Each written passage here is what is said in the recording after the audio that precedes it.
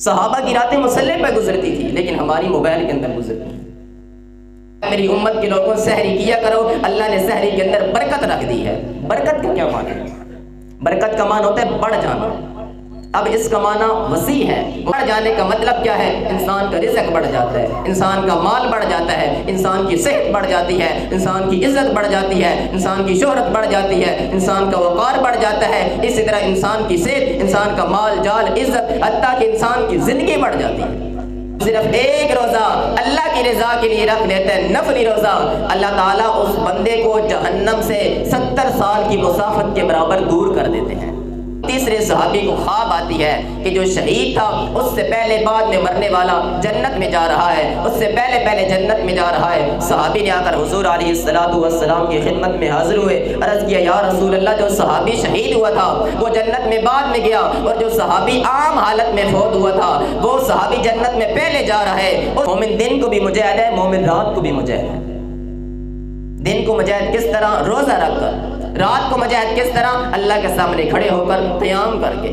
فرمایا جو بندہ رمضان میں عمرہ کرتا ہے تو وہ ایسی ہے جیسے اس نے حج کیا ہے۔ فرمایا یہ ایسی ہے او تقضی حجۃ معیہ، جس بندے نے رمضان المبارک کے اندر عمرہ کیا وہ ایسی ہے گویا جیسے اس نے محمد کے ساتھ مل کر حج کیا ہے صلی اللہ علیہ وسلم۔ مظلوم کے گناہ ظالم کے کھاتے میں ڈال دیے گئے، لیکن روزے کی باری آئی، اللہ نے فرمایا روزہ تقسیم نہیں ہونے دوں گا۔ کیوں؟ الصوم لی وانا اجزی بہ۔ محبوب کی حدیث جھوٹی ہوتی ہے۔ الصوم لی وانا اجزی بہ، روزہ میرے لیے ہے، میں اس کا اجر دوں گا۔ اللہ روزے کو تقسیم نہیں ہونے دے گا۔ نامہ اعمال کے اندر گناہ ہے، یہ جہنم کی طرف جا رہے ہیں، آگے سے روزہ آ جائے گا۔ محبوب کی حدیث ہے الصیام جنہ، روزہ ڈال ہے، روزہ انسان کو جہنم سے بچا کر جنت میں داخل کر دے۔ اسلام کی بنیاد 5 چیزوں پر تھی، وہ روزے کا انکار کر کے روزہ نہ رکھ کے اسلام کی بنیادوں کو کمزور کرنا چاہتا ہے، اسلام کو کمزور کرنا چاہتا ہے۔ اس لیے کوئی بھائی بھی روزہ نہ چھوڑے۔ اللہ تعالیٰ اپنے بندے کے گزشتہ گناہوں کو معاف کر دیتے ہیں۔ من ذبیہ، من آیا ہے ضم سے پیچھے، ضم سے پہلے اللہ نے من لگایا، یہ من تبعیضیہ ہے، یعنی تمام گناہ معاف نہیں ہوتے بلکہ اللہ تعالیٰ انسان کے صغیرہ گناہوں کو معاف کرتے ہیں۔ کبیرہ گناہ اس وقت معاف ہوں گے جب اللہ کے حضور معافی مانگنی ہوگی۔ یا رسول اللہ گناہ کر بیٹھا ہوں، میرے محبوب نے فرمایا میرے پیارے کیا تو نے ہمارے ساتھ نماز نہیں پڑھی؟ کہا یا رسول اللہ نماز تو پڑھی ہے۔ فرمایا نماز پڑھنے کی برکت کی وجہ سے اللہ تعالیٰ نے تیرا وہ گناہ معاف کر دیا ہے۔ حضرت فاطمہ رضی اللہ عنہا نے کیا فرمایا تھا؟ آج کے بعد جبریل دنیا میں نہیں آئیں گے، کیونکہ محبوب علیہ السلام میرے بابا کا انتقال ہو گیا ہے، دنیا سے چلے گئے ہیں، آج کے بعد جبریل وہی لے کر نہیں آئیں گے۔ لیکن جیسے رمضان المبارک آتا ہے لیلۃ القدر میں والروح فیہا بإذن ربہم من کل امر سلام ہی حتی مطلع الفجر، جیسے رمضان المبارک آتا ہے لیلۃ القدر میں جبریل امین زمین پر نزول فرماتے ہیں۔ ہمارا رمضان کا پہلا خطبہ جمعہ تھا کہ ہم رمضان میں خسارہ کیوں پاتے ہیں۔ یہ اتنی رحمتوں والا، اتنی برکتوں والا، اتنی عظمتوں والا، شان اور مقام والا مہینہ، شیاطین بھی بند، اللہ کی رحمت بھی انسان کے قریب، جنت کے دروازے بھی کھول دیے جاتے، جہنم کے دروازے بھی بند ہو گئے، لیکن پھر بھی انسان خسارے کے اندر کیوں ہے؟ اس کی چند ایک وجوہات وہ میں نے آپ کے سامنے رکھی تھی، اور دوسرا خطبہ جمعہ تھا رمضان المبارک کے اہم مسائل، وہ الحمدللہ ہم نے مکمل کیے تھے کہ روزہ توڑنے والی اشیاء کون سی ہیں، وہ کون سے کام ہیں جن کے کرنے سے روزہ ٹوٹ جاتا ہے، اور وہ کون سے کام ہیں جن کے کرنے سے انسان کا روزہ نہیں ٹوٹتا۔ اسی طرح سحری کے مسائل، افطاری کے مسائل، اور وہ بندہ جو روزہ نہیں رکھ سکتا وہ کیا کرے۔ یہ جو رمضان المبارک کے اہم مسائل تھے، ہر روزے دار کے علم میں ہونے چاہیے تھے، وہ اختصار کے ساتھ آپ کے سامنے رکھنے کی کوشش کی تھی۔ آج کا خطبہ جمعہ وہ رمضان المبارک کے فضائل کے اوپر ہے، کیونکہ آخر ہم بھوک اور پیاس برداشت کر رہے ہیں، اللہ کی رضا کے لیے بھوک اور پیاس کاٹ رہے ہیں، تو جو ہم روزہ رکھ رہے ہیں اس کا ہمیں فائدہ کیا ہوگا، اس کی فضیلت کیا ہے، رمضان المبارک کے فضائل و مناقب کیا ہے۔ رسول اللہ صلی اللہ علیہ وسلم کی صحیح احادیث کی روشنی میں چند ایک مسائل آپ کے سامنے ذکر کرنے کی کوشش کروں گا۔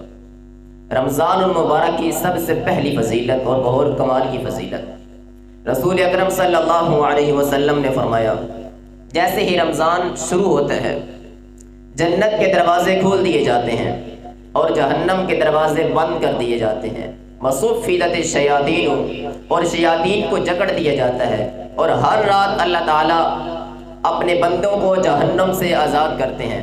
یہاں جو قابل غور بات ہے وہ یہ ہے کہ جنت کے دروازے اللہ کھول دیتے ہیں، جہنم کے دروازے اللہ بند کر دیتے ہیں۔ یہ بھی اللہ کی رحمت ہے اپنے بندوں پر کہ جنت کے 8 دروازے ہیں اور جہنم کے 7 دروازے ہیں۔ جنت وسیع ہے، جنت کے 8 دروازے ہیں۔ تو محبوب علیہ السلام نے فرمایا رمضان المبارک کے دن، رمضان المبارک میں اللہ تعالیٰ جنت کے دروازے کھول دیتے ہیں۔ دوسری حدیث اور دوسری فضیلت، حضور علیہ السلام کی صحیح حدیث ہے، میرے محبوب فرماتے ہیں من قام رمضان ایمانا و احتسابا غفر له ما تقدم من ذنبه۔ اسی کی پیرائی میں نیچے ایک اور حدیث، من صام رمضان ایمانا و احتسابا غفر له ما تقدم من ذنبه۔ اسی کے زمرے میں تیسری حدیث، من قام لیلۃ القدر ایمانا و احتسابا غفر له ما تقدم من ذنبه۔ اب ذرا ان حدیث کا ترجمہ سماعت کر لیجئے۔ فرمایا جس نے رمضان المبارک کا قیام کیا، اس کی راتوں کا قیام کیا ایمان کی حالت میں اور اللہ سے ثواب کی امید کے ساتھ، غفر له ما تقدم من ذنبه، تو اللہ تعالیٰ اپنے بندے کے گزشتہ گناہوں کو معاف کر دیتے ہیں۔ دوسری حدیث کا ترجمہ، جس نے رمضان المبارک کے روزے رکھے ایمان کی حالت میں ثواب کی امید رکھتے ہوئے، اللہ تعالیٰ اپنے بندے کے گزشتہ گناہوں کو معاف کر دیتے ہیں۔ تیسری حدیث کا ترجمہ، جس نے لیلۃ القدر کا قیام کیا، اللہ تعالیٰ اپنے بندے کے گزشتہ گناہوں کو معاف کر دیتے ہیں۔ اب یہاں آیا ہے غفر له ما تقدم من ذنبه، اور ایمانا و احتسابا، یہاں رک جائیے۔ اللہ نے محبوب علیہ السلام نے فرمایا ایمانا و احتسابا۔ اس سے کیا پتہ چلا کہ انسان کے اندر ایمان ہونا چاہیے اور وہ احتسابا، ثواب کی امید بھی ہونی چاہیے۔ یہاں صوفی لوگ کہتے ہیں، جو صوفیاء قسم کے لوگ ہیں، کہ وہ احتسابا، یہاں اللہ کے رسول لالچ دے رہے ہیں اور لالچ جائز نہیں ہے۔ بھائی اللہ کے رسول صلی اللہ علیہ وسلم نے دیگر مقامات پر اپنے صحابہ کو لالچ دی تھی، اور جو مومن ہے قرآن میں آیا ہے کہ وہ اپنے رب کو پکارتے ہیں خوفا و طمعا، اللہ کے ڈر کی وجہ سے اور جنت کی لالچ کی وجہ سے۔ تتجافى جنوبهم عن المضاجع يدعون ربهم خوفا وطمعا، مومن رات کی نماز پڑھتے ہیں، تہجد پڑھتے ہیں، بستر سے الگ ہو جاتے ہیں، جب لوگ سو جاتے ہیں اللہ کے سامنے کھڑے ہو جاتے ہیں اللہ کے ڈر کی وجہ سے، اسی طرح جنت حاصل کرنے کی وجہ سے۔ اور محبوب نے فرمایا تھا کہ کون ہے جو صدقہ کرے میرے صحابہ میں سے، میں اسے جنت کی بشارت دیتا ہوں۔ اور یہ بھی فرمایا، اللہ کے رسول صلی اللہ علیہ وسلم نے فرمایا تھا کہ اللہ سے جنت کا سوال کیا کرو، اللہم انی اسألک الجنت الفردوس۔ جو بندہ 3 مرتبہ کہتا ہے اے اللہ مجھے جنت الفردوس عطا فرما دے، مجھے جنت عطا فرما دے، میرے محبوب فرماتے ہیں 4تھی مرتبہ جنت بھی پکار کے کہتی ہے اے اللہ دعا کرنے والے کو میرے اندر داخل کر دے۔ اور جو 3 مرتبہ کہتا ہے اللہم اجرنی من النار، اے اللہ مجھے جہنم سے محفوظ فرما، 4تھی مرتبہ جہنم بھی پکار کے کہتی ہے اے اللہ مجھ سے پناہ مانگنے والے کو مجھ سے دور ہی رکھ۔ تو صوفیاء اپنی منمانی کا، اپنی مرضی کا ترجمہ کرتے ہیں، اس لیے وہ احتساباً، ثواب کی بھی امید ہونی چاہیے۔ تیسری بات جو اس حدیث کے اندر ہے، غفر له ما تقدم من ذنبه، اللہ تعالیٰ اپنے بندے کے گزشتہ گناہوں کو معاف کر دیتے ہیں۔ من ذنبه، یہاں من آیا ہے ذم سے پیچھے، ذم سے پہلے اللہ نے من لگایا، یہ من تبعیضیہ ہے، یعنی تمام گناہ معاف نہیں ہوتے، بلکہ اللہ تعالیٰ انسان کے صغیرہ گناہوں کو معاف کرتے ہیں۔ کبیرہ گناہ اس وقت معاف ہوں گے جب اللہ کے حضور معافی مانگنی ہوگی۔ تو رمضان المبارک کے روزے رکھنے سے، رمضان المبارک کے قیام کرنے سے، لیلۃ القدر کے قیام کرنے سے انسان کے صغیرہ گناہ معاف ہوتے ہیں، کبیرہ نہیں۔ کبیرہ کے لیے الگ سے توبہ کرنی چاہیے اور توبہ کرنی ہوگی۔ غفر له ما تقدم من ذنبه، اللہ تعالیٰ ایسے خوش نصیب کے تمام زندگی کے صغیرہ گناہوں کو معاف کر دیتے ہیں۔ یہ رمضان المبارک کی عظمت ہے، یہ رمضان کی فضیلت ہے۔ اسی طرح یہ جو رمضان المبارک، یہ اسلام کا ایک بنیادی رکن ہے۔ حضرت عبداللہ بن عمر رضی اللہ عنہما فرماتے ہیں قال رسول اللہ صلی اللہ علیہ وسلم، محبوب علیہ الصلوۃ والسلام فرماتے ہیں بنی الاسلام علی خمس شہادت ان لا الہ الا اللہ وان محمدا عبدہ ورسولہ واقام الصلاۃ وایتاء الزکاۃ والحج وصوم رمضان۔ حضور نے فرمایا اسلام کی بنیاد 5 چیزوں پر ہے، ہر چیز کی ایک عمارت اور بنیاد ہوتی ہے۔ میرے محبوب نے فرمایا ایمان اور اسلام کی جو بنیاد ہے وہ 5 چیزوں پر ہے۔ پہلی یہ چیز کہ اس بات کی گواہی دینا کہ اللہ کے علاوہ کوئی معبود برحق نہیں ہے اور محمد رسول اللہ صلی اللہ علیہ وسلم اللہ کے بندے بھی ہیں اور اس کے رسول بھی ہیں۔ دوسرے نمبر پر وإقام الصلاۃ، نماز کو قائم کرنا۔ تیسرے نمبر پر زکوٰۃ ادا کرنا۔ چوتھے نمبر پر رمضان المبارک کے روزے رکھا۔ 5ویں نمبر پر اگر اللہ نے استطاعت دی ہوئی ہے، صاحب استطاعت ہے تو حج کرنا۔ یہ 5 چیزیں ہیں اسلام کی۔ اس حدیث کے اندر اللہ نبی علیہ الصلوۃ والسلام نے جو حدیث بیان فرمائی اس میں روزہ آخری نمبر پر ہے، لیکن اور دوسری روایت پڑھے تو اس میں روزہ پہلے نمبر پر ہے اور حج 5ویں نمبر پر ہے۔ یہ تقدیم و تاخر حدیث میں ہو جاتا ہے۔ بہرحال یہ 5 چیزیں ہیں اسلام کی، توحید، نماز قائم کرنا، زکوٰۃ ادا کرنا، رمضان کے روزے رکھنا اور بیت اللہ کا حج کرنا۔ تو ان میں سے ایک رمضان المبارک کے روزے بھی رکھنا ہے۔ تو اسلام کا یہ بنیادی رکن ہے۔ تو جو بندہ روزے رکھتا ہی نہیں ہے، جان بوجھ کر، صحت بھی ہے، جوانی بھی ہے، جان بوجھ کر روزہ نہیں رکھتا تو وہ اسلام کے ایک رکن کا انکار کر رہا ہے، اسلام کی بنیاد کو گرانے کی کوشش کر رہا ہے۔ اسلام کی بنیاد 5 چیزوں پر تھی، وہ روزے کا انکار کر کے روزہ نہ رکھ کے اسلام کی بنیادوں کو کمزور کرنا چاہتا ہے، اسلام کو کمزور کرنا چاہتا ہے۔ اس لیے کوئی بھائی بھی روزہ نہ چھوڑے۔ روزے کے بہت فضائل و مناقب ہیں۔ اسی طرح جو بندہ صرف ایک روزہ رکھ لیتا ہے، نفلی روزہ، کون سا؟ نفلی، فرضی روزہ نہیں، صرف ایک نفلی روزہ رکھ لیتا ہے۔ صحیح بخاری کی حدیث ہے، حضور علیہ الصلوۃ والسلام فرماتے ہیں، جریر بن عبداللہ رضی اللہ عنہ راوی ہیں، میرے محبوب علیہ الصلوۃ والسلام نے فرمایا جو صرف ایک روزہ اللہ کی رضا کے لیے رکھ لیتا ہے، نفلی روزہ، اللہ تعالیٰ اس بندے کو جہنم سے 70 سال کی مسافت کے برابر دور کر دیتے ہیں۔ 70 سال کی مسافت کے برابر۔ یہ نفلی روزہ ہے۔ جو فرضی روزہ رکھے گا اس کا ثواب کتنا ہے؟ جو رمضان کا فرضی روزہ رکھے اللہ اس کو ثواب کتنا عطا کریں گے؟ یہ ایک نفلی روزہ رکھنے پر انسان جہنم سے 70 سال کی مسافت کے برابر دور ہو رہا ہے۔ حضور علیہ الصلوۃ والسلام کے زمانہ اقدس کے اندر میرے پیغمبر کے 2 صحابہ کرام سے، 2 صحابی ہیں، دونوں دوست ہیں۔ ایک پہلے فوت ہو جاتے ہیں، ایک بعد میں فوت ہوتے ہیں۔ جو پہلے فوت ہوتے ہیں وہ شہید تھے، جو بعد میں فوت ہوتے ہیں عام حالت میں اپنے بستر کے اوپر وفات پاتے ہیں۔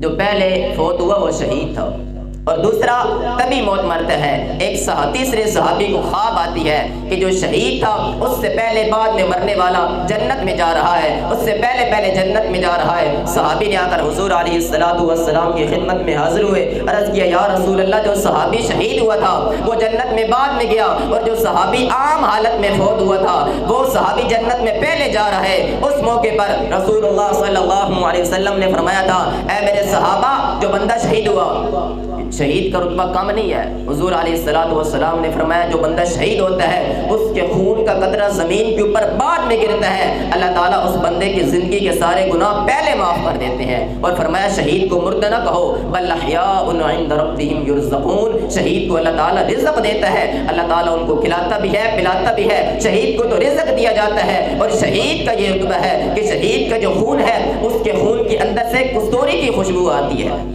شہید کا کیا رتبہ ہے؟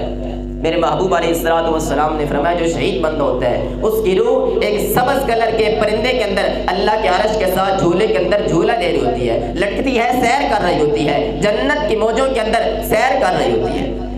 یہ شہید کا رتبہ ہے۔ وہ شہید بعد میں جنت میں جا رہا ہے، عام حالت میں فوت ہونے والا پہلے جنت میں کیوں جا رہا ہے؟ محبوب علیہ الصلوۃ والسلام نے فرمایا اے میرے صحابہ جو بعد میں فوت ہوا اس کی زندگی میں رمضان المبارک آیا تھا، جو پہلے فوت ہوا اس کی زندگی میں رمضان المبارک نہیں آیا، بعد میں فوت ہونے والے کی زندگی میں رمضان المبارک آیا۔ اے میرے صحابہ کیا تم نے اس کی نمازوں کو کاؤنٹ نہیں کیا؟ تم نے اس کے روزوں کو کاؤنٹ نہیں کیا؟ تم نے اس کے قرآن کی تلاوتوں کو شمار نہیں کیا؟ تم نے اس کے زکوٰۃ صدقات کو کاؤنٹ نہیں کیا؟ اللہ تعالیٰ نے اس عمل کی برکت کی وجہ سے، رمضان کی وجہ سے میرے صحابی کو شہید سے پہلے جنت میں داخل کر دیا۔ تو یہ رمضان کی عظمت ہے، کتنی بڑی فضیلت ہے، اس سے بڑھ کر بھی فضیلت ہو سکتی ہے۔ تو یہ صرف رمضان المبارک کی اتنی فضیلت ہے۔ اسی طرح جو رمضان المبارک ہے، مومن دن کو جو جہاد کرتا ہے رمضان المبارک کے اندر، مومن دن کو بھی جہاد کرتا ہے، رات کو بھی جہاد کرتا ہے۔ ایک محدث نے بڑی پیاری تشریح کی، مومن کا دن کا جہاد کیا ہے رمضان المبارک کے اندر، اور مومن کا رات کا جہاد کیا ہے۔ مومن دن کے وقت روزہ رکھتا ہے تو یہ دن کا جہاد ہے، مومن رات کے وقت تہجد پڑھتا ہے، رات کے وقت نماز تراویح پڑھتا ہے، رات کے وقت قیام کرتا ہے تو یہ مومن کا رات کا قیام ہے۔ مومن دن کو بھی مجاہد ہے، مومن رات کو بھی مجاہد ہے۔ دن کو مجاہد کس طرح؟ روزہ رکھ کر۔ رات کو مجاہد کس طرح؟ اللہ کے سامنے کھڑے ہو کر، قیام کر کے۔ اس لیے روزہ اس کی بہت زیادہ فضیلت ہے۔ محبوب علیہ السلام ایک پیارا صحابی، میرے محبوب علیہ السلام کی زندگی کا جو آخری حج تھا، میرے محبوب نے فرمایا آ جاؤ میرے صحابہ میرے ساتھ حج کر لو۔ اس وقت جو مبلغ تھے وہ خود رسول اللہ صلی اللہ علیہ وسلم تھے۔ اس حج میں میرے محبوب بنفس ہی شریک تھے۔ ایک ہی حج میرے محبوب نے اپنی زندگی کے اندر کیا اور 4 عمریں میرے محبوب نے اپنی زندگی کے اندر کیے تھے۔ حضرت امی جان عائشہ رضی اللہ عنہا اس حدیث کی راوی ہیں۔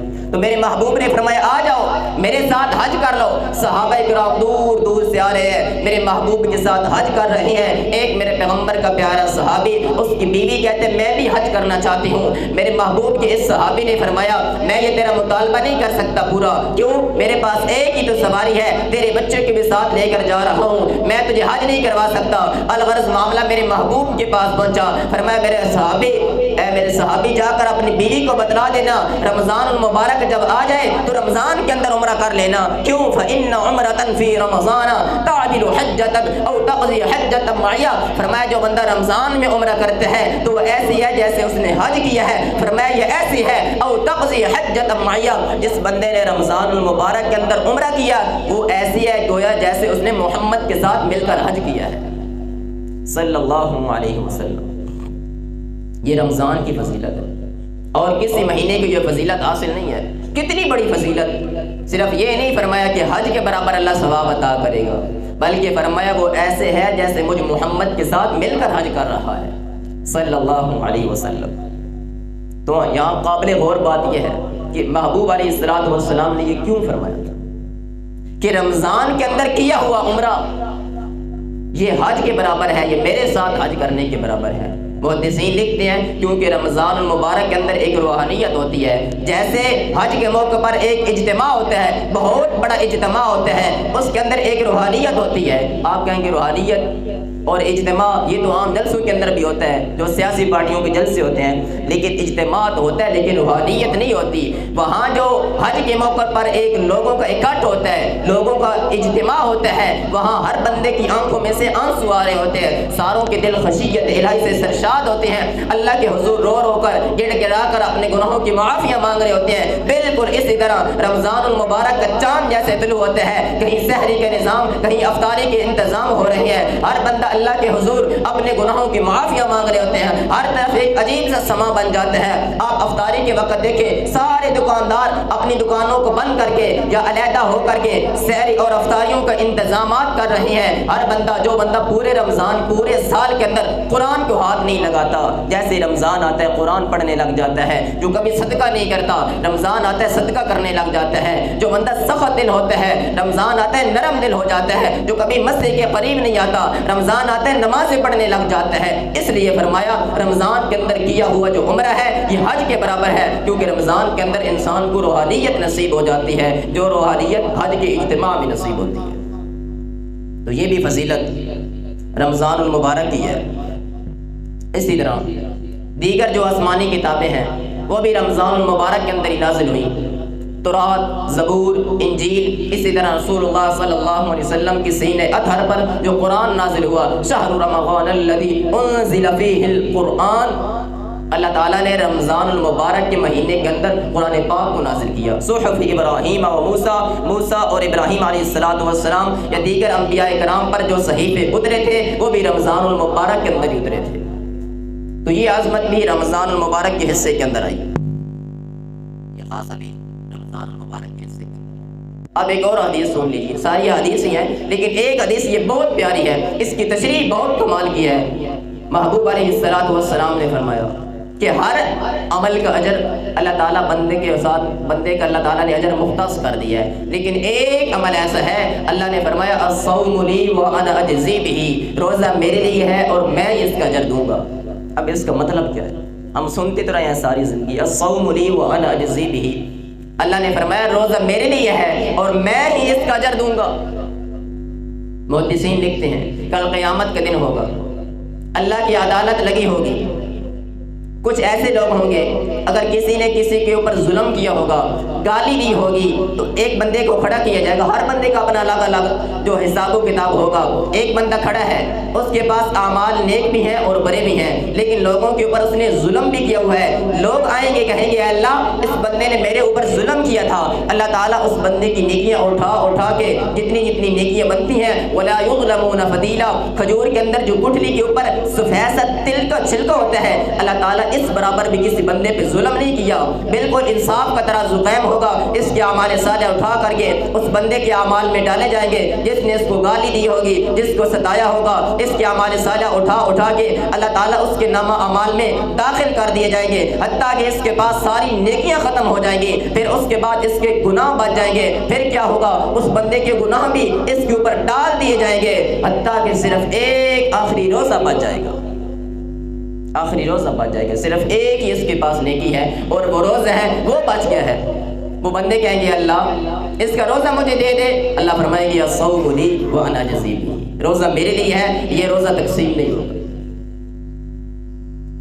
روزہ تقسیم نہیں ہوگا، ہر نیکی تقسیم ہو جائے گی، تمام اعمال صالح اس کے چلے گئے، اس بندے کے گناہ بھی جو مظلوم ہے، مظلوم کے گناہ ظالم کے کھاتے میں ڈال دیے گئے، لیکن روزے کی باری آئی، اللہ نے فرمایا روزہ تقسیم نہیں ہونے دوں گا، کیوں؟ الصوم لی وانا اجزی بہ، محبوب کی حدیث جھوٹی ہوتی ہے، الصوم لی وانا اجزی بہ، روزہ میرے لیے ہے میں اس کا اجر دوں گا، اللہ روزے کو تقسیم نہیں ہونے دے گا۔ اب اس بندے کے اوپر گناہ آ گئے ہیں، اب سنیے اس بندے کے اوپر گناہ آ گیا ہے، یہ جہنم کی طرف جا رہا ہے، روزہ آ جائے گا، الصیام جنہ، یہ حدیث سنیے، فرمایا روزہ ڈھال ہے جہنم سے بچانے کے لیے۔ جیسے بندے کے پاس اعمال ختم ہو گئے، نامہ اعمال کے اندر گناہ ہے، یہ جہنم کی طرف جا رہے ہیں، آگے سے روزہ آ جائے گا، محبوب کی حدیث ہے الصیام جنہ، روزہ ڈھال ہے، روزہ انسان کو جہنم سے بچا کر جنت میں داخل کر دے۔ تو یہ روزے کی فضیلت ہے، اس سے بڑھ کر بھی روزے کی کیا فضیلت ہو سکتی ہے؟ اور محبوب کی حدیث ہے کہ جب بندہ نماز پڑھتا ہے تو درمیانی اوقات میں جو بندے سے گناہ ہو جاتے ہیں اللہ تعالیٰ معاف کر دیتا ہے، اسی طرح جو بندہ جمعہ ادا کرتا ہے پورے ہفتے کے گناہ معاف ہو جاتے ہیں، اسی طرح جو بندہ رمضان المبارک کے روزے رکھتا ہے اللہ پورے سال کے گناہ معاف کر دیتے ہیں۔ ایک صحابی چھوٹا سا گناہ ہو جاتا ہے، حضور علیہ الصلوۃ والسلام کی خدمت میں حاضر ہوا، یا رسول اللہ گناہ کر بیٹھا ہوں، میرے محبوب نے فرمایا بیٹھ جاؤ، وہ بیٹھ جاتے ہیں، تڑپ جاتے یا رسول اللہ گناہ کر بیٹھا ہوں، فرمایا بیٹھ جاؤ، فرمایا بلال اٹھو اذان دو، نماز کا وقت ہوتا ہے، وہ صحابی نماز پڑھتا ہے، پھر محبوب کی بارگاہ میں حاضر ہوتا ہے، یا رسول اللہ گناہ کر بیٹھا ہوں، میرے محبوب نے فرمایا میرے پیارے کیا تو نے ہمارے ساتھ نماز نہیں پڑھی؟ کہا یا رسول اللہ نماز تو پڑھی ہے، فرمایا نماز پڑھنے کی برکت کی وجہ سے اللہ تعالیٰ نے تیرا وہ گناہ معاف کر دیا ہے، بن مانگے اور بن معافی اللہ نے معاف کر دیا۔ تو نماز پڑھنے سے بندے کے گناہ معاف ہوتے ہیں، اور رمضان المبارک کے روزہ رکھنے سے انسان کے گناہ معاف اللہ کر دیتا ہے۔ اور محبوب علیہ السلام تسحروا، میری امت کے لوگوں سحری کیا کرو، اللہ نے سحری کے اندر برکت رکھ دی ہے۔ برکت کا کیا معنی ہے؟ برکت کا معنی ہوتا ہے بڑھ جانا۔ اب اس کا معنی وسیع ہے، محدثین نے اس کی تفسیر کی ہے، اس کا معنی وسیع ہے، اس کی تشریح کی ہے۔ بڑھ جانے کا مطلب کیا ہے؟ انسان کا رزق بڑھ جاتا ہے، انسان کا مال بڑھ جاتا ہے، انسان کی صحت بڑھ جاتی ہے، انسان کی عزت بڑھ جاتی ہے، انسان کی شہرت بڑھ جاتی ہے، انسان کا وقار بڑھ جاتا ہے، اسی طرح انسان کی صحت، انسان کا مال جال عزت، حتیٰ کہ انسان کی زندگی بڑھ جاتی ہے۔ تو سحری کرنی چاہیے۔ کچھ لوگ جان بوجھ کر سحری نہیں کرتے، میرے محبوب نے فرمایا تسحروا فإن فی السحور برکہ، اللہ نے سحری کے اندر برکت رکھی ہوئی ہے۔ ان اللہ وملائکتہ یصلون علی المتسحرین، جو سحری کرتے ہیں اللہ تعالیٰ ان پر رحمتوں کا نزول فرماتا ہے، اور اللہ کے جو مقرب فرشتے ہیں اس بندے کے لیے دعائیں کر رہے ہوتے ہیں۔ سحری ہم کھا رہے ہوتے ہیں، فرشتے ہمارے لیے دعائیں کر رہے ہوتے ہیں۔ ہم کھانا کھائیں اور فرشتے دعائیں کریں۔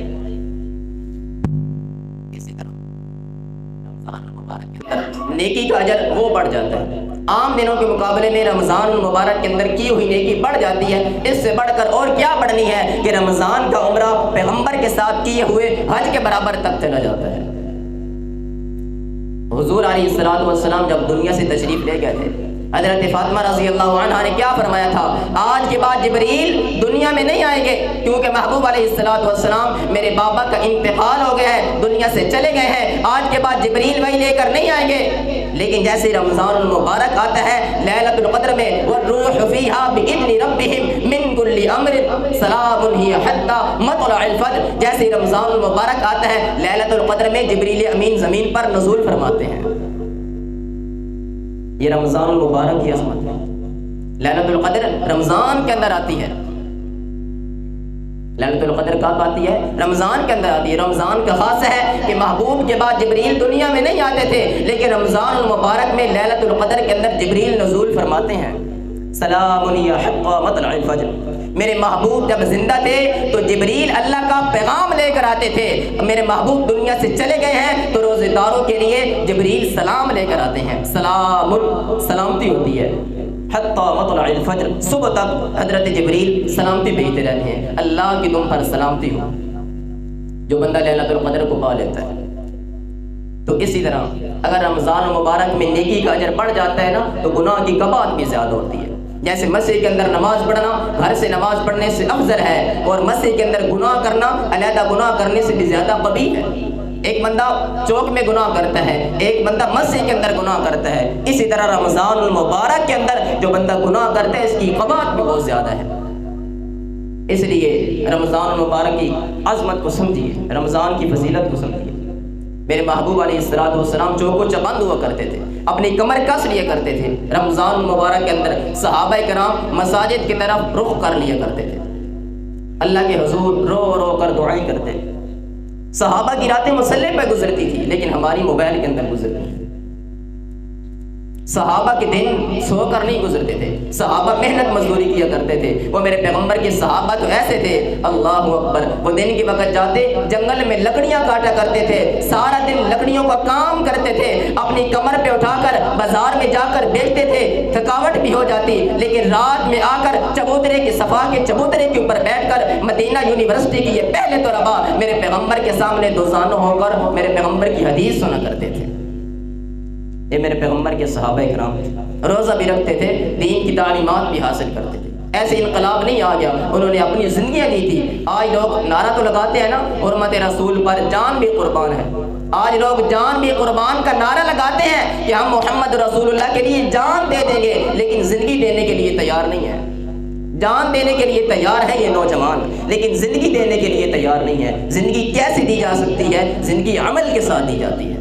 میرے محبوب کے طریقوں کے مطابق زندگی گزارنا حرمت رسول پر جان بھی قربان ہے کا صحیح مطلب ہے کہ ہم حضور کے طریقوں کے مطابق اپنی زندگی گزاریں۔ تو یہ چند ایک رمضان المبارک کے فضائل و مناقب تھے جو صحیح احادیث کی روشنی میں نے آپ کے سامنے ذکر کر دیے۔ اللہ تعالیٰ ہمیں رمضان المبارک کی عظمت کو سمجھ کر رمضان المبارک کے تقاضوں کو پورا کرنے کی توفیق عطا فرمائے، اور اللہ تعالیٰ ہمارے یہ روزے، یہ قیام، یہ صیام اپنی بارگاہ کے اندر قبول و منظور فرمائے، اور یہ رمضان المبارک ہو سکتا ہے ہماری زندگی کا آخری ہو۔ اللہ تعالیٰ جنت الفردوس میں لے جانے کے لیے یہ ہمارا سامان اور ذریعہ بنا دے۔ ہمارا توفیق اللہ۔